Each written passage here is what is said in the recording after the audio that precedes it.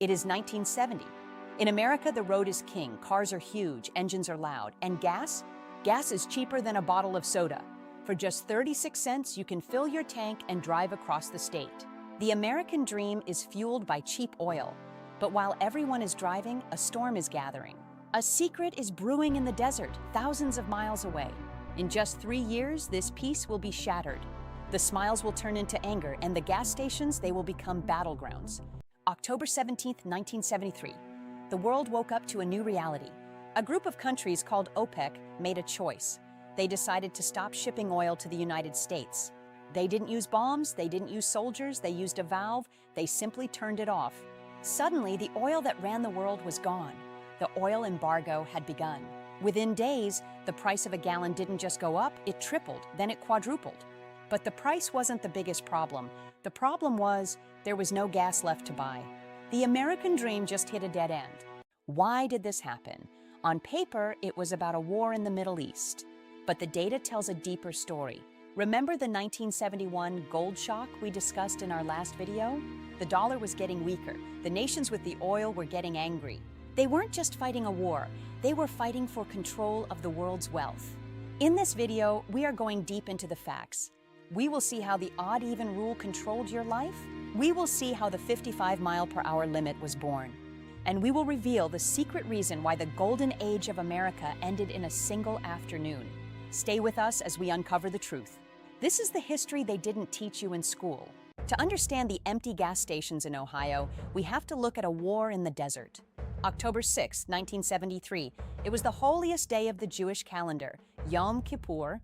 Egypt and Syria launched a massive surprise attack on Israel. The world held its breath.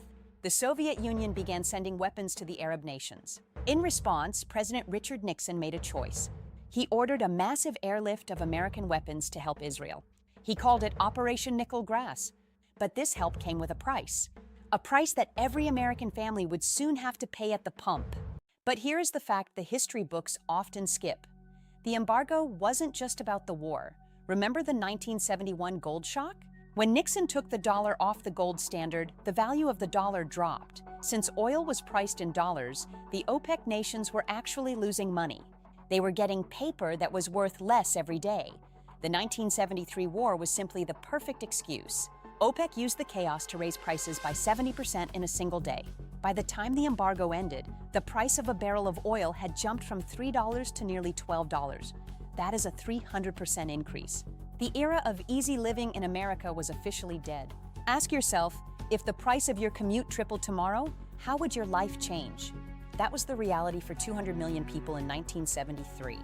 And next, we will see the strange, almost unbelievable laws the government passed to try and stop the bleeding. By late 1973, the energy crisis wasn't a headline anymore. It was a war at the corner of your street. Gas stations that once gave out free maps and glass bowls were now locking their gates. When a shipment of fuel did arrive, lines formed at 4:00 a.m. Some lines were 5 miles long. People didn't just wait. They brought books, transistor radios, and even charcoal grills. But the patience didn't last. In Pennsylvania and New York, fistfights broke out. In some cities, gas station owners started carrying guns to protect their pumps. The police had to be stationed at every corner just to keep the peace. America was the richest nation on earth, but it was running on empty. The government had to do something, but they didn't have more oil. They only had more rules. They introduced the odd-even rationing system. Look at your license plate.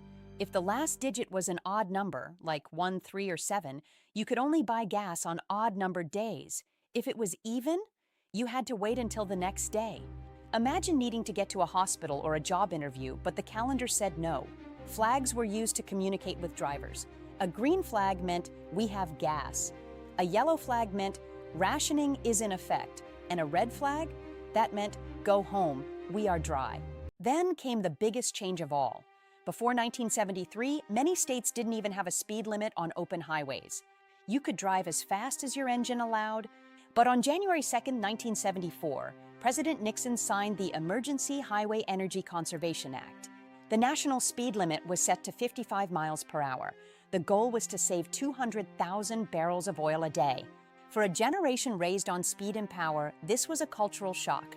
The legendary American muscle car was officially under house arrest. And as the sun began to set on the golden age of Detroit, the government tried one more desperate trick: changing the clocks. By January 1974, the government was desperate to save every drop of oil. They did something radical. They moved the clocks forward and kept them there. For the first time, America had year-round daylight saving time. The idea was to save electricity in the evenings, but the reality was a nightmare. In the middle of winter, the sun didn't rise in some states until 9 a.m. Millions of children were forced to stand on icy street corners in the pitch black, waiting for school buses. Parents were terrified. Accidents increased.